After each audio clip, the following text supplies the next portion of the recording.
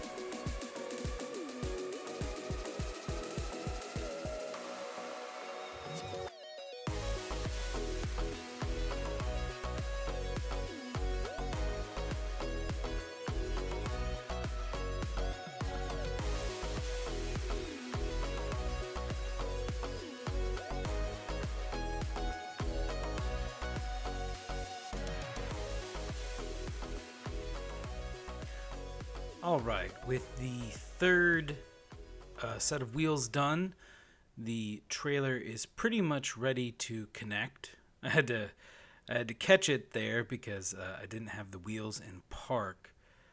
Thankfully, this time I was able to shift I right into the controlling, right into the radio control for remote controls and catch it before it ran away.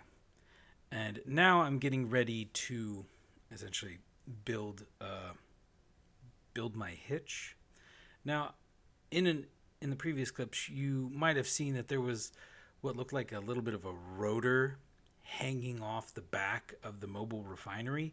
I had this original idea where it was going to be a rotor on the front of the trailer and then a rotor on the back of the mobile refinery. They would come out and then connect to a hinge in the middle. And as I was at work thinking of like how I was going to do that, I realized that was the completely wrong way to do it. Now, on a normal hitch, it's just like a ball. I have a picture of it here. It's a ball, and you sort of clasp the trailer on top of the ball, and that is actually very close to your shoulder joint, the ball and socket joint, which I also have pictures of. Now I've got one picture that shows you how it looks from from your back side, where the shoulder is stuck into the joint. But I've also got it turned so that you can see how it's going to pull the trailer. And so what I'm doing here is that I want this connection to kind of be like an arm. Now I'm limited in Space Engineers because they don't have a ball and socket connector. That would be keen. I don't know. That would be something very cool to build, and I'm sure I can imagine it's probably almost impossible to program, maybe, because just especially with because that's like a spherical setup, whereas this, as you can see, is very much I have my hinges, which give me that 180 degrees, and then I have my rotor that gives me the 360 degrees. So instead of having what is like a proper human arm, what I have is I have a shoulder coming off. I have this sort of open and close hinge that replicates a shoulder coming out of the mobile refinery. Then I'm doing this sort of 360 rotor for where the elbow joint should be. And then finally I have an open close sort of hinge for the wrist that connects up to my trailer. And when I first built these, I had built them too close together, so I had to spread them out a block so that the rotor would actually sit in between the two. So there's actually what is it? It looks like about 2 block difference between the rotor head, which is coming from the trailer, and then the rotor acceptor, I guess the rotor mount, that's coming off of the mobile refinery. So I'm having a little bit of I said this was a relatively flat area. It was not as flat as I was hoping for, so I'm actually having a lot of trouble. You can see that if I back the trailer up, it starts going down the hill, and so it starts lifting up, and so I spend a lot of time kind of just driving this sucker around until I can get it pretty straight. It also doesn't help that I set up the wheels mostly, but in the end I'm going to have the wheels turned off, so I didn't spend a lot of effort setting up the wheels like I spent for the mobile refinery, because the mobile refinery only has the forward steering wheels, and the 6 wheels in the back, they're just propulsion. Okay, I finally got this sucker lined up. I'm going to check it and attach it, and it's good. Now I had to break down the rotor at one point to make sure that 0 degree was good, but after that, I can just depower everything, and voila, it's done. And as I finished that, I was doing some more mining, and I caught the sun coming down over the Twin Peaks. And I thought it was such a beautiful kind of image. The Space Engineers is a very beautiful naturalist game. And so I thought it would be nice to just kind of finish out the episode by enjoying how lovely it looks. So that's what I got for you today. Like, share, subscribe, and enjoy the sunset.